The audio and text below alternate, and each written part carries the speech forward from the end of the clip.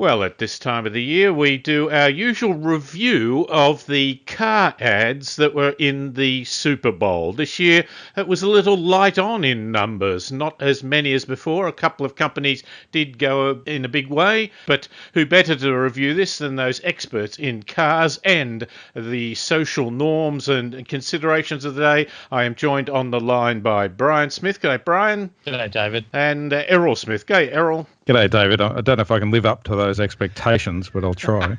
Now, the Kia Stinger, quite a good car. They have Steve Tyler driving around backwards on a race circuit.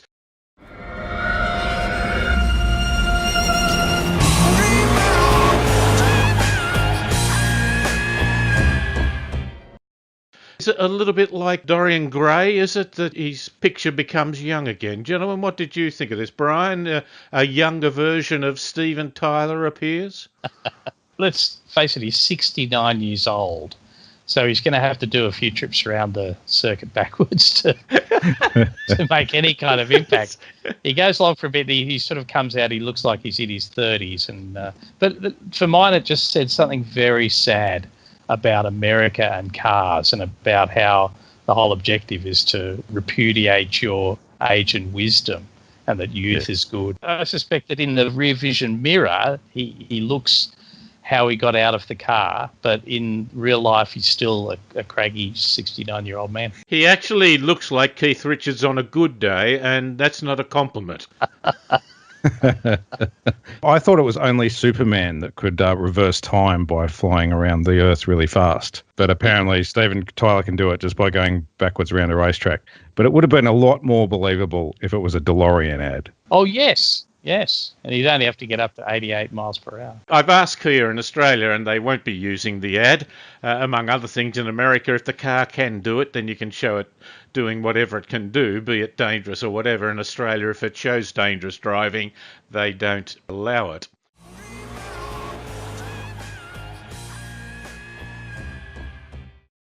One of the Fiat's ads is anti-manifesto.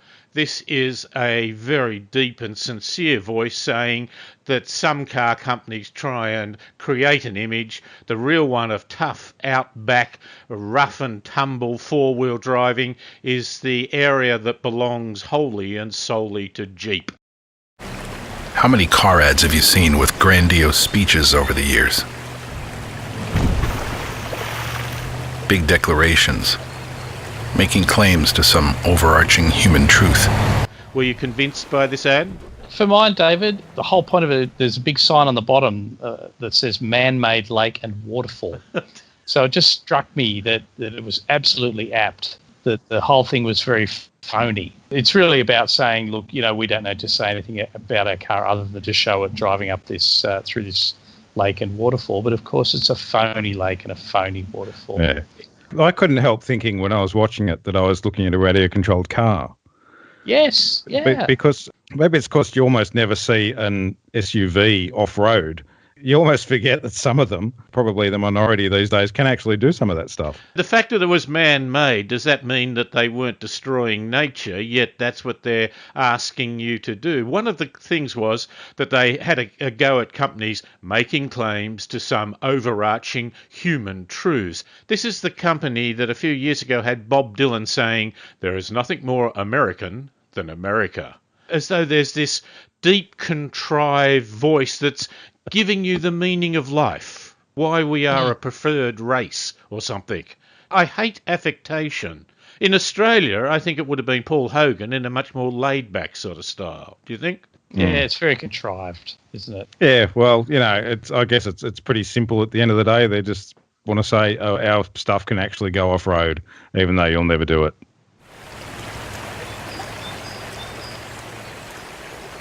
There are some other Fiat ads, the Road, which basically has the vehicle driving over dirt road again. Fiat Chrysler, we should clarify. Fiat isn't suddenly making four-wheel drives, well, not technically anyway. Still going with the Jeep brand. Yeah, but I guess this is sort of more of the same thing, isn't it? It's ending with one of their Jeep vehicles actually off-road. The road ends. It always comes to an end, but that's where the Jeep comes into its own, and there it has it driving right through the middle of a rather pristine little stream. A road is a wonderful thing. It makes it easier for you to get from point A to point B. Yes, David. I had a big issue with this because it starts with this sort of elegy.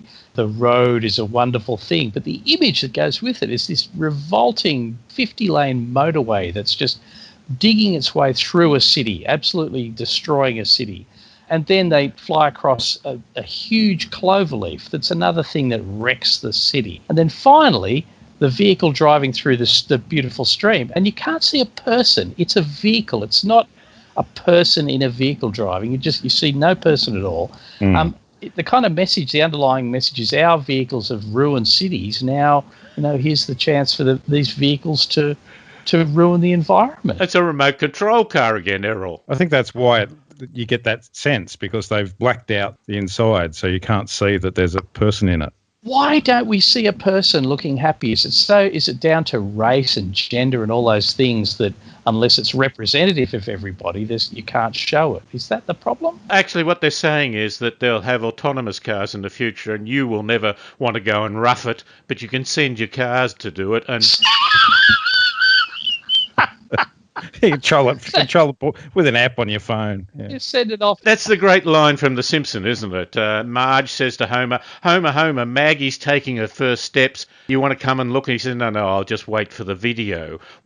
This is the same thing. I've got a car that can do this. Look, I can show you the video. Were you there? No, I was doing it autonomously. Fiat also makes Ram trucks as part of the Fiat Chrysler conglomerate, and that they have called on, in their ad called Built to Serve, the words of Martin Luther King. In fact, exactly, was it 50 years ago that he made the speech, and so they use his words to help sell a truck. You don't have to know about Plato and Aristotle to serve. You don't have to know the theory of relativity to serve. You don't have to know the second theory of thermodynamics in physics to serve. Surely that's got to be a reasonable thing. Oh, is this truck really about racial freedom? All I got from this ad, David, is that basically you're a sheep. Oh, okay. Oh, yeah, okay. Or we, like sheep, are lost and and gone astray. Yeah. Well, Ram, of course, is a sheep. Yeah. All I got out of it is that you're a sheep following the crowd of everyone else who's following the same nice speech. I had the most trouble with this ad because it was straight up offensive to the memory of Dr. King. It's almost like comically evil. Yes. Bringing him into this thing to sell a car. And then it's very typical of the Superbowl, and I think we're seeing this in Australia as well, is this idea of embedding the military and this concept of service. In some way, the Superbowl is a game, a football match, is connected with the military and serving and serving a community, which of course has nothing at all to do with it. It's some very overpaid and pampered people playing football. So I just thought this was everything wrong with Super Bowl ads. They were talking about his speech on the 4th of February 1968. It was known as the drum major instinct. And you talked about, that thing of serving, Brian. I think what King was saying at that stage was serving does not have to be that sort of steamroller that serves people by blowing apart their communities and so on and coming in as the great victors. In fact, in that speech, King warned his congregation that the desire for importance can lead to stomach exclusivism and tragic race prejudice. In his biographical sketch of Jesus, King preached that Jesus owned nothing. So clearly, Fiat's going to rent this car to you. Yeah, but it's the point as well that you, by buying this particular brand of vehicle, you are in some way serving your country. It's bizarre, or serving a community. Yeah. But at least they took a different tact with their second ad, which is basically, we will rock you with these Vikings.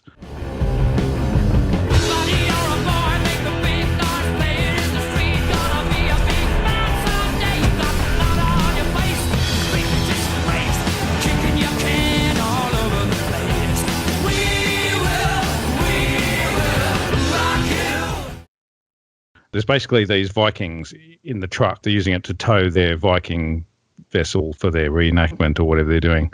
But my favourite bit is because the ad's full of scenes of half a dozen guys with their spears and shields in the bed of the truck, which of course is extremely dangerous. But they're wearing helmets. Yes, they've got horned helmets on. Spikes on.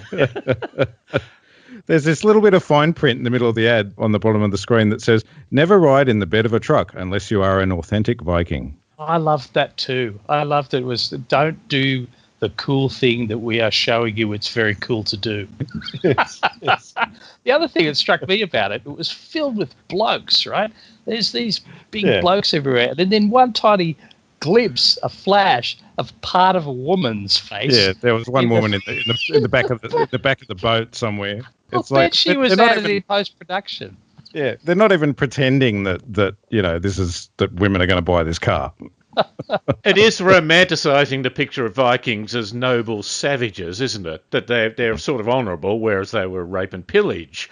And what they do is, in the ad, is drive into Minnesota where the Super Bowl was held, I believe, and then they meet some people, including this one girl, and including people that are dressed in some modern clothing, a goth and a guy with a helmet, like a football helmet, and they then turn out to be friendly. That's not the Viking image that I understand. These are the good Vikings. Oh, the good Vikings. They are, of course, mirroring football crowds, love and peace. That when you meet the opposition, you greet them warm and friendly, don't you? Oh, I see. Yes. And then spear them in the stomach. Yeah. An ad. Last year, Hyundai, they won the war. This year, they're trying to cure cancer. They have an ad of people that go through a scanner when they're going into the Super Bowl, and then some of them are taken down this long corridor to a little room out the back. One thinks that they're going to be frisked, to say the least, but then they get a presentation on the wall of someone who says, "My child or I have had a certain pediatric cancer, and because you bought a Hyundai, some money went to this cause." Good. You good? There you go. Can you step through for me? Yeah, I'm sorry about that. If you want to grab your belongings, I didn't do anything. I'm just going to need you guys to follow me. But what are we doing in here? More security?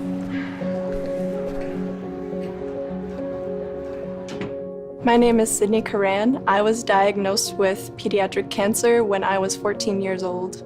Did it leave a tear in your eye? I think there are two ads that go to this, and the first one is basically talking about what they're going to do based on what they did last year.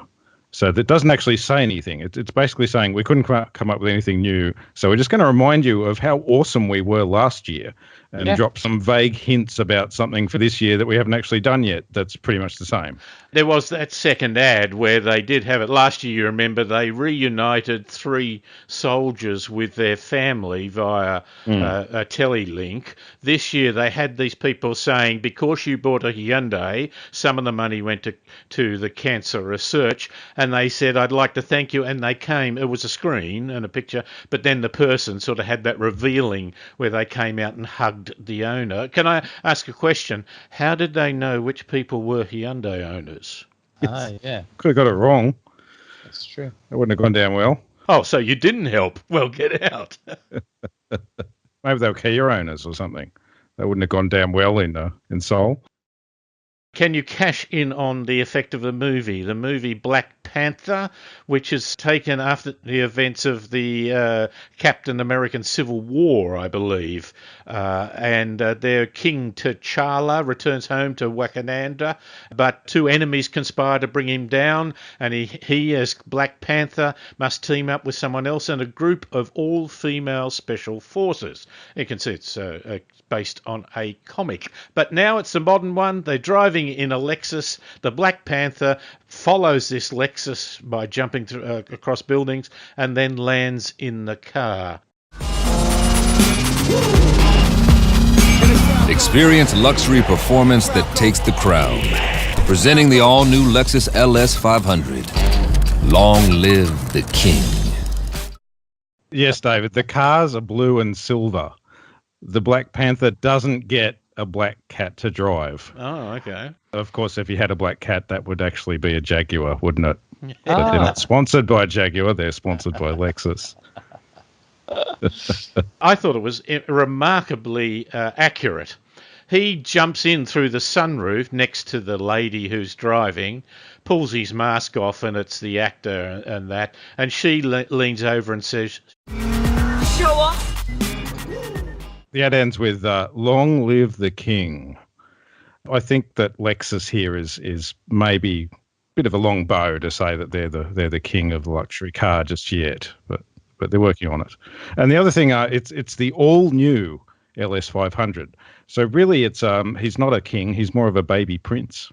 In fact, does that make him a kitten? I thought the show-off line was the best thing. It was, yep, he's showing off. But I also saw the misogyny at the end where, the women open the door for him, and then as he walks away, the women are sort of several paces behind. And I thought that's, again, the market, it's still a man's world. Now, last year, Ford was incredibly thoughtful. They didn't show images of though a car could bring you great freedom. They showed the opposite. They showed congestion and suggested that it wasn't just about driving cars, it was about mobility. And the ad ended with a push bike riding past a series of parked cars that were stuck in a traffic jam. This year they did a Lincoln, huge SUV, one person, crossing a river on a ferry. Lincoln is the luxury brand of Ford.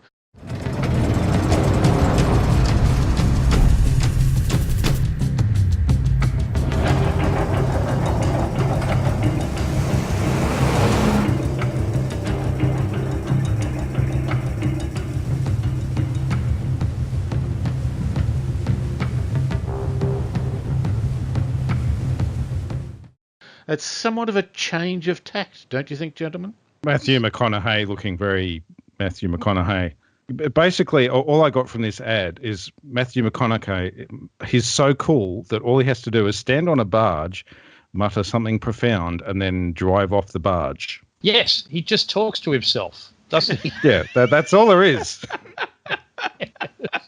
I didn't learn anything about the car. This is a dangerous loner in the wild having a mental breakdown. And my favourite bit was the screen where he presses the button and the two modes are conserve and excite.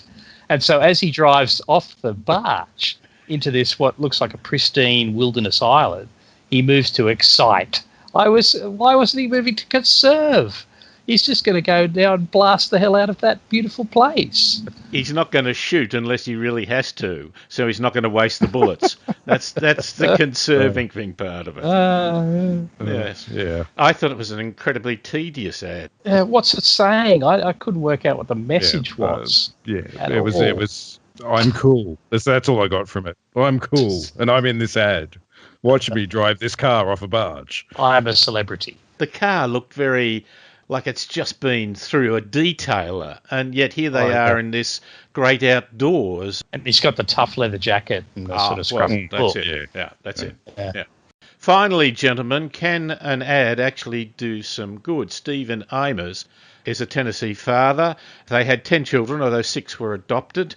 And tragically, one of them, Hannah, died in a car accident. She was 17 years old. You've often seen those memes on Facebook and that of guard railings spearing through the front of a car, the window of a car. Tragically, it caught his daughter and she died. So he prepared an ad, couldn't afford the $5 million to advertise it generally, but he put it out in one of the affiliates that went to West Palm Beach in Florida in the hope that the president would be down there watching the game at his resort. The appeal was, please put in more proper guardrails. President Trump, your concerns about guardrail spearing are legitimate. My daughter Hannah Imers was fatally impaled by a defective Lindsay X-Lake guardrail end in Tennessee. I would love to talk with you about infrastructure investment, highway safety, and my concerns with the Federal Highway Administration of the United States. Thank you.